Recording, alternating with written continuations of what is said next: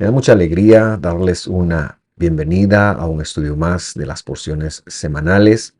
Ya estamos en nuestro segundo año que hacemos estas porciones y como siempre recordar que lo hacemos atendiendo al llamado apostólico de Hechos 15, cuando se les decía al gentil, cuando vaya entrando al movimiento, pues que lea a Moisés los sábados, y precisamente lo hacemos de una forma literal porque el video o la clase se da en vivo los días sábados en la mañana. Gracias por acompañarnos. Hoy nos toca el tema de Naso, que quiere decir levanta, y comprende del capítulo 4, versículo 21, hasta el capítulo 7 final, el cual es el versículo 89. Antes de iniciar, también quisiera recordarle que si usted todavía no se ha suscrito al canal o si todavía no nos sigue en algunas de las redes de Facebook, Instagram o Twitter, puede hacerlo para obtener más información de parte de nosotros y que más publicaciones como estas le puedan llegar y hacer llegar así el conocimiento según Dios nos lo ha revelado a otras personas. Estamos seguros, que será de mucha bendición. Muy bien, como mencioné hace un momento, nuestra porción la hemos visto el año pasado ya una vez y hoy queremos construir específicamente en esta. Y es que cuando la leíamos el año pasado, recordar que más que un censo, nosotros hablábamos de levantar cabezas en función de darle una responsabilidad y también un llamado y una distinción a las personas. En este caso, pues se está refiriendo a los levitas que van a prestar un servicio y que más que un cargo era llevar para Dios una carga.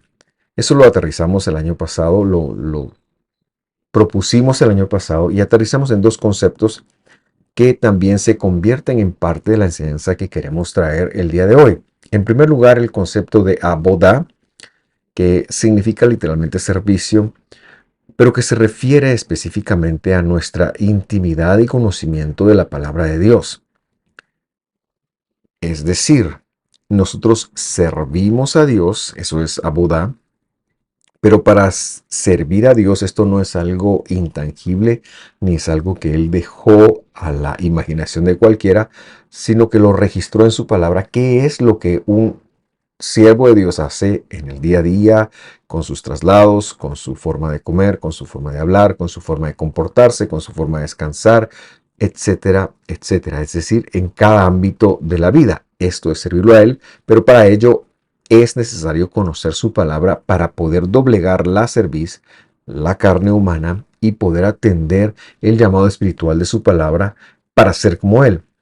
En segundo lugar, también proponíamos el año pasado, pero que es importante partir de acá, porque lo que queremos hablar es del liderazgo del creyente o el liderazgo para el creyente desde la perspectiva de Dios, y por ello empezamos con estos dos. Entonces la palabra masa o carga, lo que se ha traducido como carga, esta se refiere no a un cargo como algunos han pensado, sino a llevar una carga con respecto de otras personas que les pueda beneficiar. En el desierto, los levitas, ellos cargaban los utensilios del santuario, y cuando cargaban con cada pieza del tabernáculo, esto representaría una bendición para las demás personas, porque ellos eran los encargados de desmontar y dependiendo de las jornadas que Dios tuviera en ese traslado de los 40 años del desierto, ellos eran los encargados de desmontar y volver a montar cuando ya se establecían en un lugar, para que Dios pudiera reposar, para que Dios pudiera habitar como Él lo había propuesto. Esto sería o redundaría en una bendición para las personas. Y como he dicho, hoy entonces queremos expandirnos sobre este liderazgo o servicio desde la perspectiva de Dios, dando a entender, y por eso es que el repaso ha llevado un poquito más de tiempo, que los primeros dos pasos son los que ya hablamos: la abodá, que es el conocimiento, servicio a Dios, conociendo su palabra, y el mazá, que es levantar cargas en favor de otros. Eh, a partir de, o ¿por qué proponemos esto? Es una pregunta muy buena y es que cuando Dios separa a las tres ramas de los hijos de Leví, que son Gerson, Merari y Coat, eh, Dios les da muchas instrucciones específicas que esta porción pues trata en gran manera con ellos para que todo el funcionamiento del pueblo en el desierto, una símil de nosotros hoy en la tierra, vivimos en este desierto, pudiéramos trascender y vivir quieta y reposadamente, pudiendo generar influencia en otras personas que nos rodean. Esta es la idea o el punto de partida que si Dios le encomendó a los líderes, voy a decir los eclesiásticos de la época, estas cosas, simple y sencillamente es necesario entender entonces que estos principios o estas encomiendas que Dios les dio a ellos también aplican a nosotros hoy en el siglo XXI, que somos ya parte de un sacerdocio distinto. Somos parte de un sacerdocio del creyente. Entonces vamos a tomar la lectura a partir del capítulo 5 y versículo 1, tomando, como ya dije, el ejemplo del llamado de Dios a los líderes en el desierto, levitas todos ellos, y haciendo una transpolación, bueno, esa es la palabra, hacia nuestros días, siendo nosotros ahora también levitas o ministros de un pacto mejorado. Bemidbar capítulo 5 versículo 1, Bemidbar es el libro de Números. Vamos a leer, dice así. Y el Señor habló a Moisés diciendo, versículo 2, ordena, haz competente a los hijos de Israel que envíen del campamento a todo Zarúa y a todos los que padecen de flujo y a todo inhabilitado por muerto, es decir, por nefesh. Así hombres como mujeres enviarán fuera del campamento, los enviarán para que no inhabiliten el campamento de aquellos entre los cuales yo habito. Y decimos que la primer consideración que nosotros debemos de tomar es que debemos de poder vivir habilitados con respecto de la santidad de Dios. Me explico un poco. Dios había descendido a vivir, por lo tanto demandaba una santidad. Muchas personas, hay muchas actividades que sugieren o que de la carne que pueden inhabilitarnos. Y como lo hemos enseñado en otras porciones, el pecado abarca tres aspectos: la inhabilitación, la rebelión o la rebeldía y también los hierros o pecados involuntarios. Casi no le ponemos atención a las inhabilitaciones, pero creo que es importante que empecemos a hacerlo. Y Dios habla de tres tipos de persona que yo no quise mucho irme con la traducción porque vamos a describirlos ahora y vamos a explicarlos. Pero como líderes, yo creo que es importante entender que todo aquello que nos inhabilite, y para que usted tenga idea de lo que estoy hablando, me refiero a lo que la escritura llama, perdón, no la escritura, pero a lo que las traducciones han llamado volverse impuro o volverse inmundo, que nada tiene que ver con una cuestión de higiene, sino que tiene que ver con una condición espiritual. Eso es importante no olvidarlo, porque eso sí que tiene que ver con el creyente incluso hoy en día. Entonces Dios había hablado que específicamente estas personas no debían de volverse inhabilitados con tres tipos de personas. El primer tipo de persona que había que enviar, también de decir que eh, estos envíos, quitar a las personas del medio del campamento eran temporales también, no eran para siempre, sino eran temporales en lo que esa condición espiritual bajaba para ellos. La palabra, primer palabra que hemos traducido aquí es la palabra zarúa. que tradicionalmente se ha traducido como lepra, pero que es una afección cutánea que más que lepra es el resultado de un toque espiritual que engendraba una condición espiritual ampliamente legislada en el libro de Vayikra o Levíticos. El hombre de Dios tiene que velar, y da tres ejemplos acá que son los que quiero hablar con usted, porque el punto es que debemos de aprender a vivir una vida recta, una vida habilitados, una vida reconociendo que la santidad de Dios está en nosotros y que esto es algo que debemos de cuidar, que no debemos de ir en contra de ello y que a veces nuestra carne incluso va a pelear en contra de ello. Sin embargo, y para terminar la explicación de este Tzarúa, Metzorah es la palabra, eh, el sustantivo de este Metzorah, que era la persona que tenía esta afección. Ellos habían cometido algún pecado que engendraba en ellos, desarrollaba en ellos, perdón, provocaba, es una mejor palabra, en ellos una afección de la piel. Y todo esto se puede ver muy detalladamente en el libro de Vayikra, pero también lo vemos en los evangelios y también vemos ahí cómo Jesús lo manejó.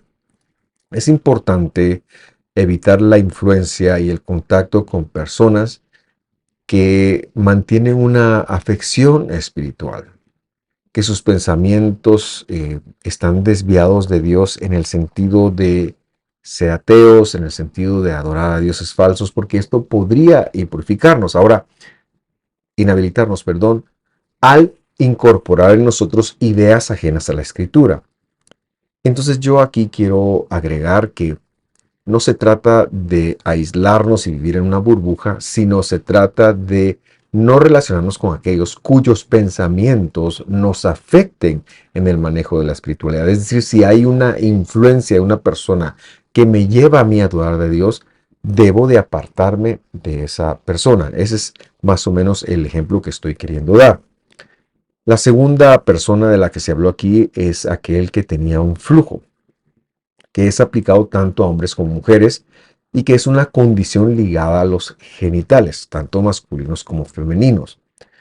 Por lo tanto, debe de entenderse como un llamado a la pureza sexual, porque es posible que se estuviera refiriendo a alguna enfermedad venérea, pero conectar que para Dios la pureza sexual es importante y algo de esto debemos de aprender los líderes, debemos de aprender a mantener la pureza sexual tal como Dios la manejó en la escritura.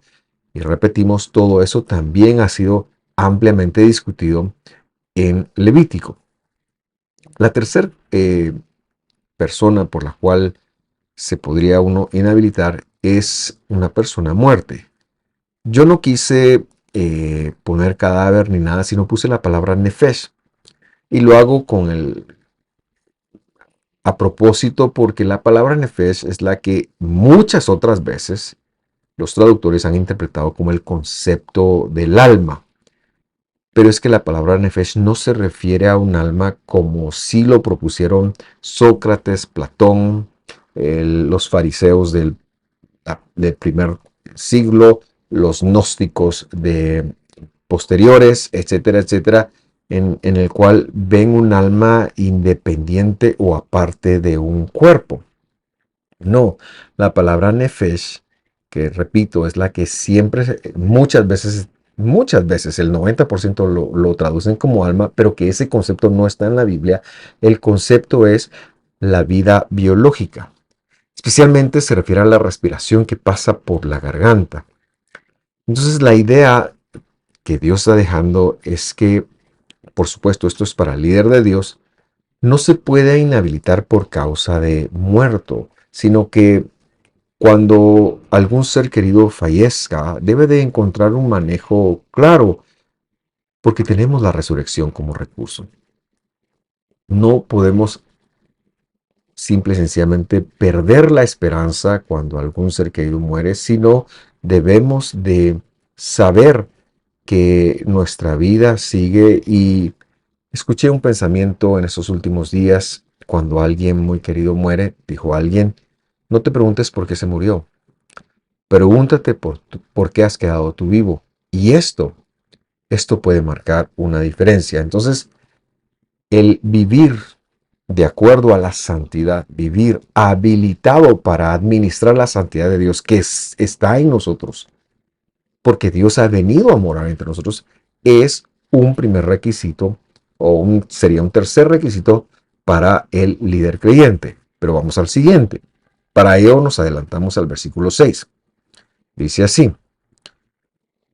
habla a los israelitas o a los hijos de Israel y diles, el hombre o la mujer que cometa cualquiera de los hierros de la humanidad actuando infielmente contra el Señor, esa persona es culpable.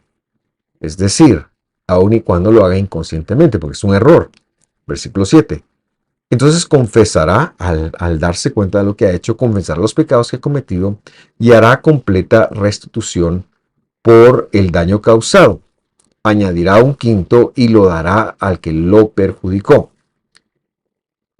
El siguiente aspecto, queremos llamarle el aspecto de la responsabilidad. Y es que muchas veces pensamos que por no hacer un error a propósito, no somos responsables, no somos culpables de haber infringido alguna ley. Esto puede también compararse a una persona que conduce en un país distinto al de él, pero quiere seguirlo haciendo con las leyes o ignora las leyes de ese nuevo país. No podemos pensar en que no nos va a aplicar.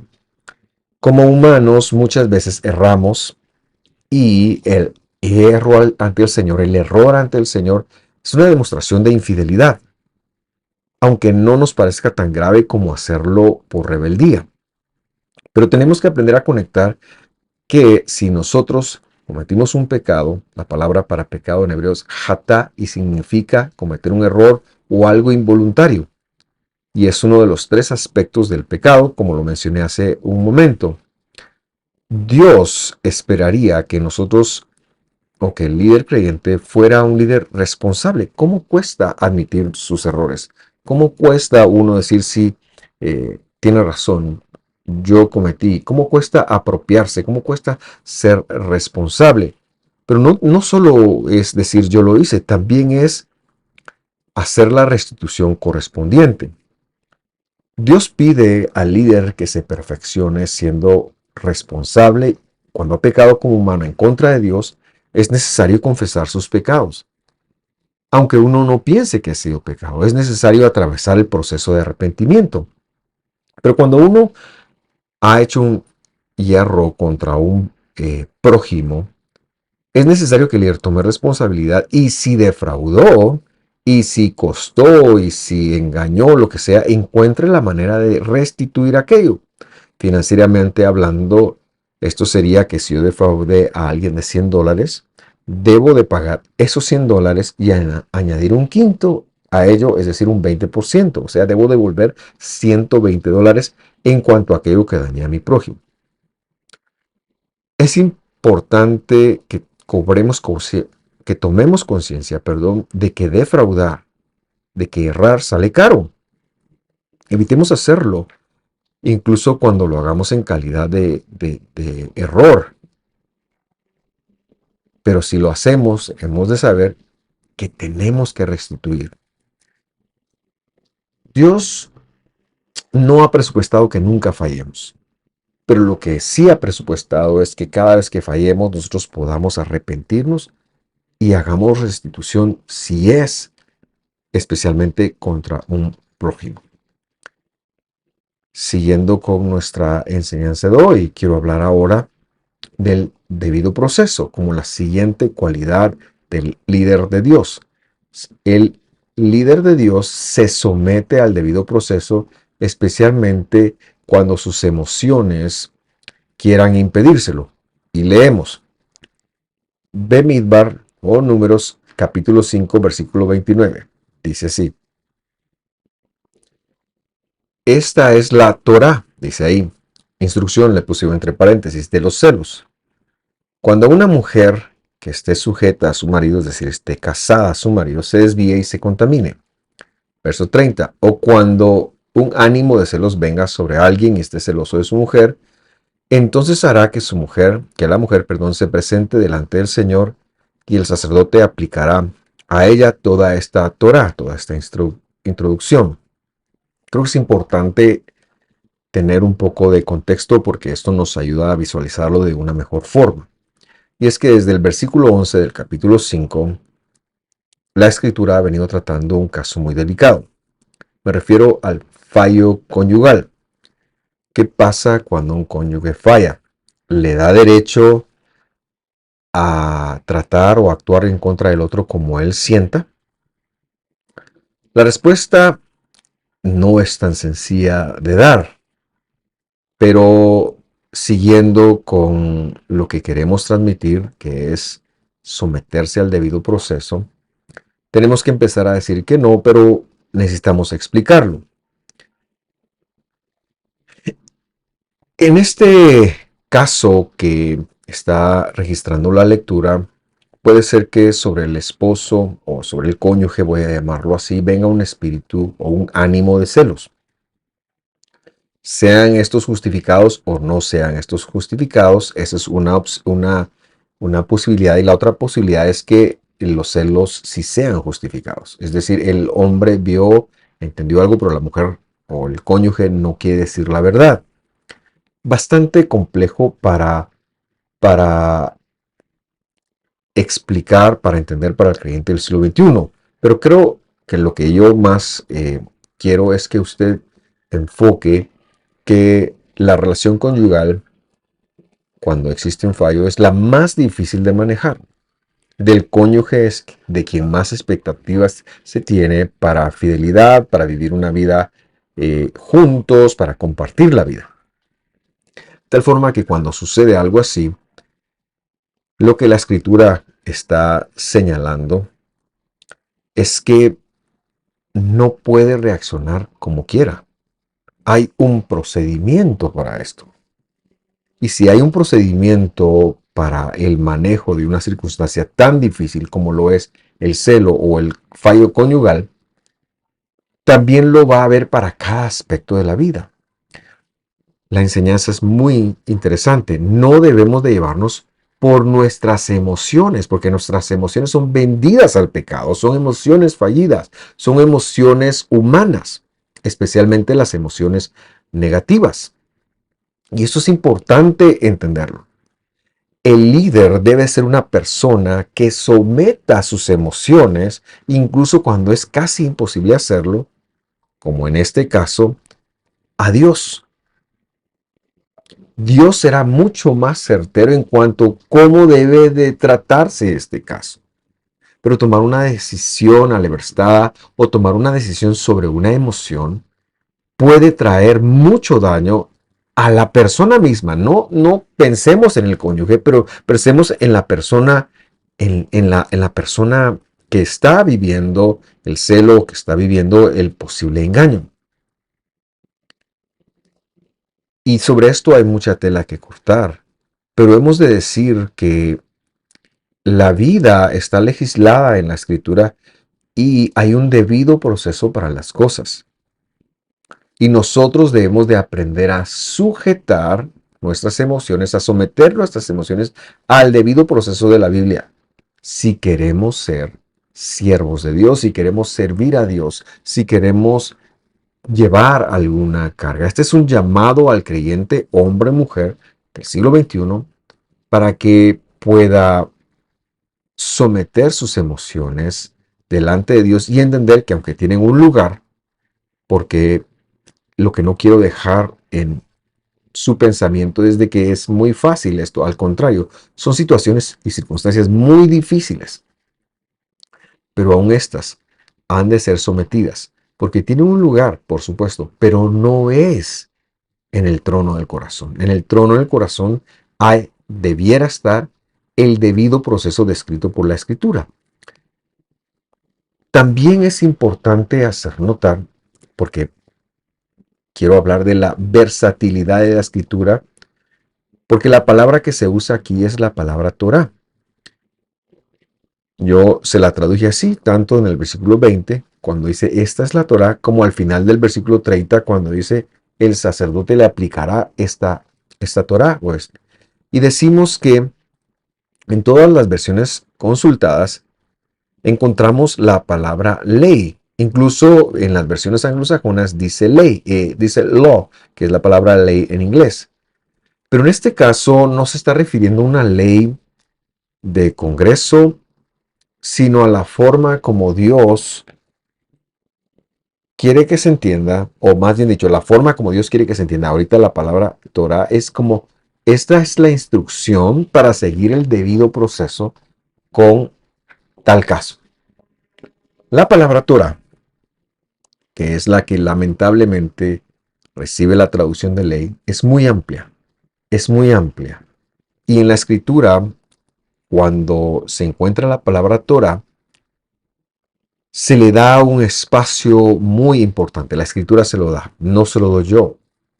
Y más que dárselo la escritura, se lo da Dios. Dios tiene en muy alta estima su Torah, porque es su instrucción.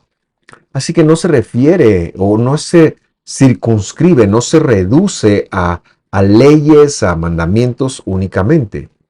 Una instrucción es mucho más amplio que un mandamiento. Una instrucción puede incluir una ley. Por ejemplo, la ley del semáforo. Si usted se lo pasa, le puede venir una remisión, le puede venir una infracción. Y bueno, ahí el disuasivo sería la infracción, pero es una ley.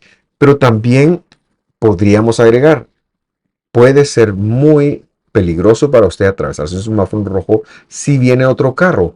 Evítelo y así usted evitará un accidente. Esto ya es una instrucción que por supuesto incluye una ley. Y es que la palabra Torah viene del verbo yara, que significa lanzar, pero no cualquier cosa. Significa lanzar un proyectil o una flecha o lo que fuera sin espacio para errar.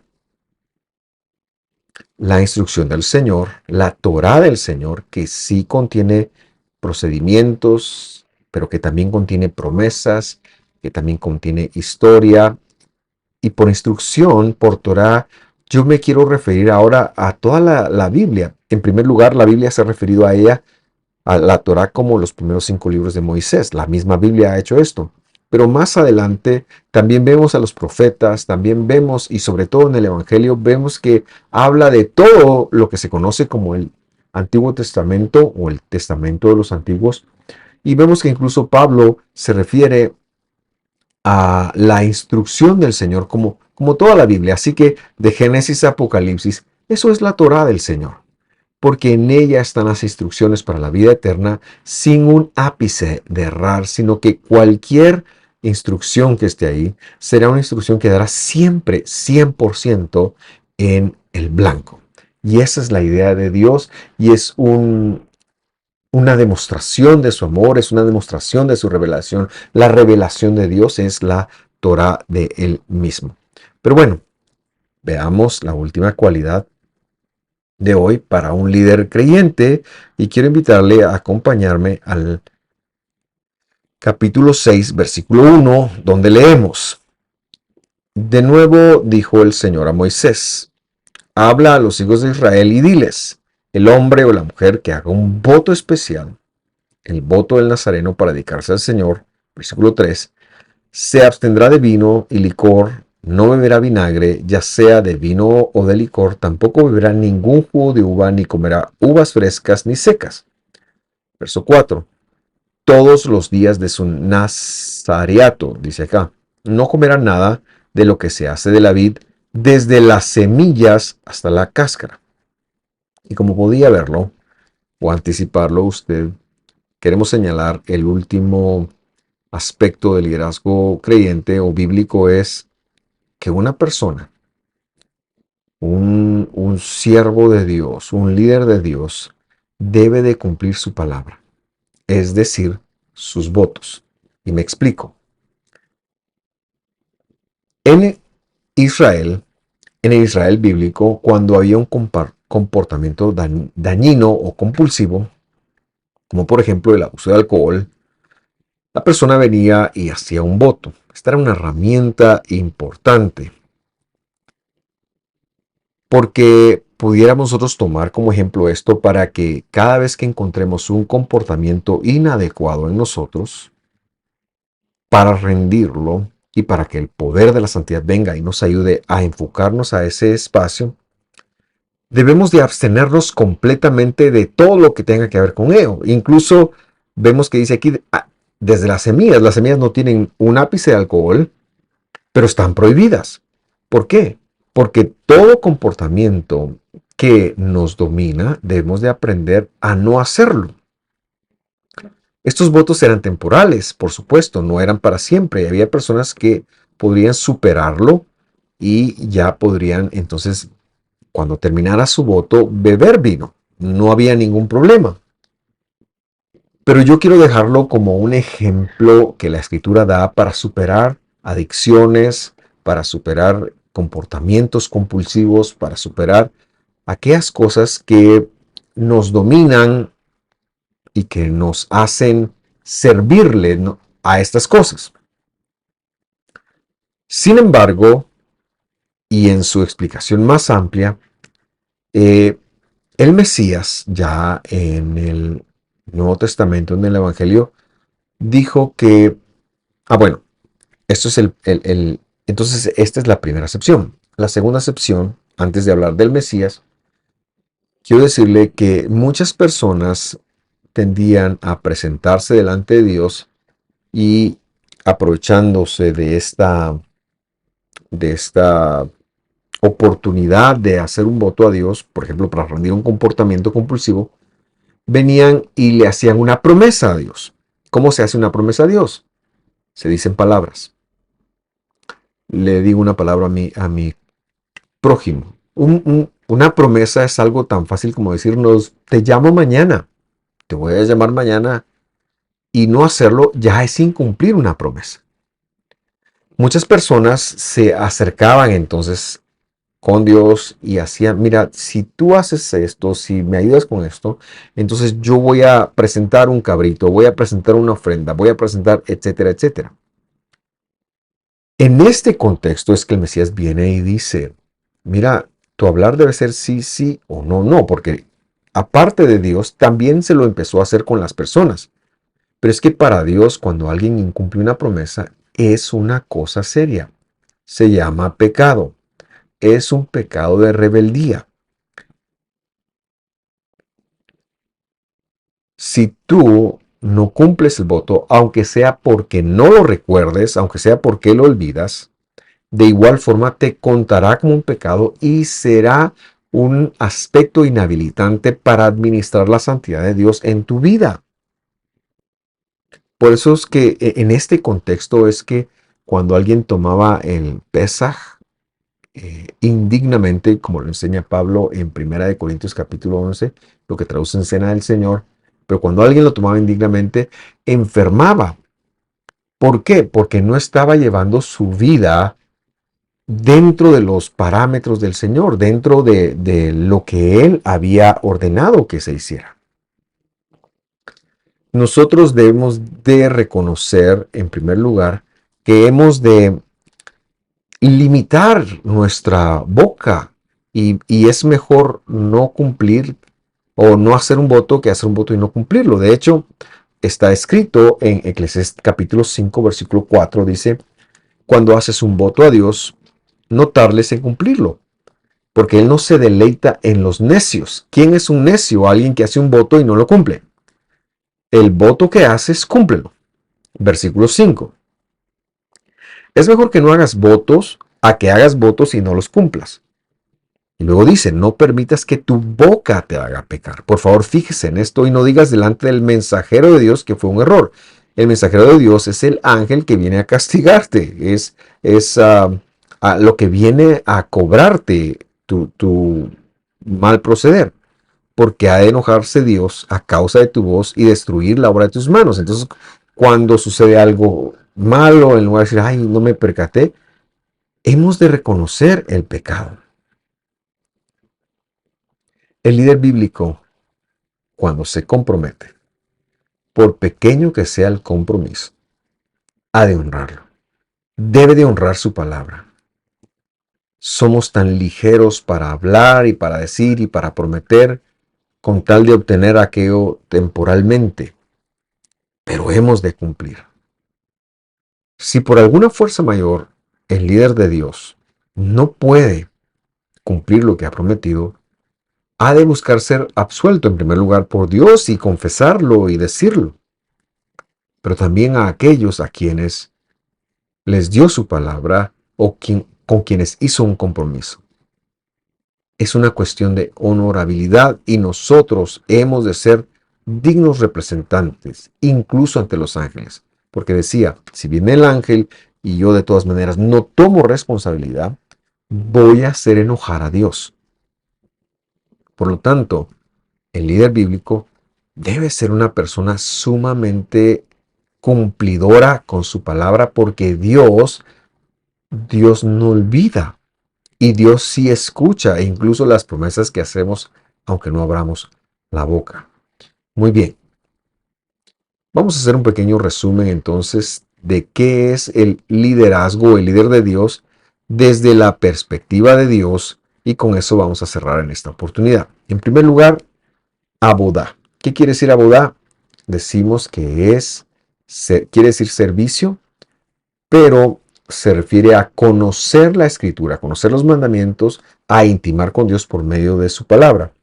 Segunda cosa es masa, que significa llevar cargas, es decir, estar dispuesto ahora sí a servir a otros, a llevar las cargas que Dios nos ponga por el beneficio de otros. En tercer lugar, el líder de Dios vive habilitado, no se desconecta porque entiende que Él es un administrador de la santidad de Dios, así que no se va a inhabilitar. Y mucho de esto hemos hablado, así que yo lo dejo acá. En siguiente lugar, el líder debe ser una persona responsable, debe tener una responsabilidad cuando cometa un error y si ese error representa incluso que tiene que devolver el 20%, ha de hacerlo. También el líder debe de estar y vivir sometido al debido proceso en función de todas sus emociones y sentimientos cuando estos surjan. No podemos permitir que el diablo tome el control de nosotros y maltratar y matar y pensar, bueno, así soy yo, solo fue un enojo, disculpen, no se trata de eso. Se trata de que debemos de vivir sujetos al Mesías. Y por último, el líder de Dios debe ser una persona cumplidora con su palabra, que lo que salga de nuestros labios sea lo que hagamos, incluso que cumplamos un poquito más allá. Esto bien hacia Dios o bien hacia el prójimo o incluso cuando estamos tratando de acabar con un comportamiento destructivo. Yo le agradezco por sintonizarnos, espero que esto le haya bendecido y le recuerdo que la próxima semana nos vemos en esta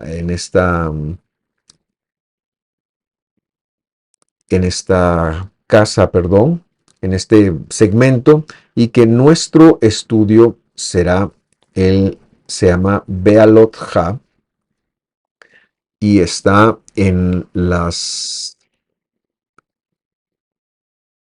pero se encuentra desde el capítulo 8, versículo 1 de Números hasta el capítulo 12, versículo 16.